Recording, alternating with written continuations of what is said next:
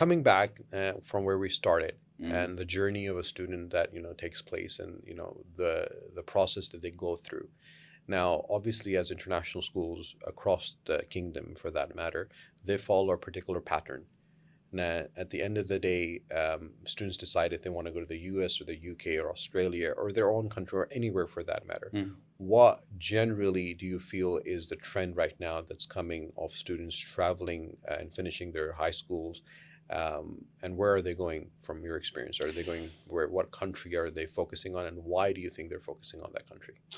That's a great question. So typically, the even with the recent, how shall we put this, political changes in the U.S., the U.S. is still the number one destination currently for international education, and I think that will continue on, Mm, into the next 3 4 years, different administrations, etc.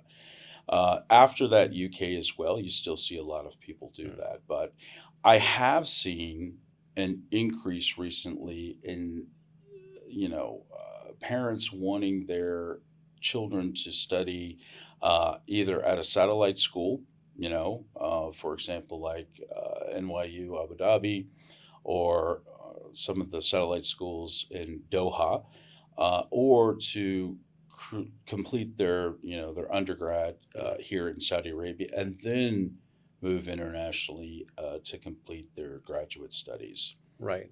So, does does it have the same kind of impact, or that is all that that's quite interesting. You mentioned that because there is a trend now in a lot of universities where they are opening these satellite campuses across the GCC, and even in I think in Malaysia they have a couple as well. They do.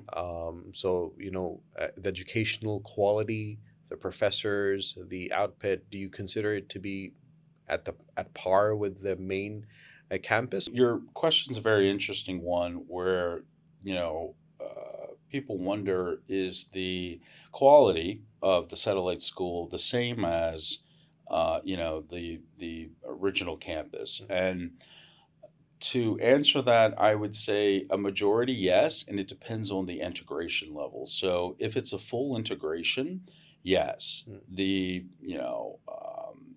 the standards with which the satellite school operates are the same as if you were to attend that school in the U.S. or the mm. U.K. But you really have to do your research on that, and it varies. I will say it varies. I don't want to name a particular school Yeah, or I know. I yet, don't but think they'll be very um, happy about you when you do that. Let's not do that. but overall, they can be very competitive. Mm. So just as competitive as the school is.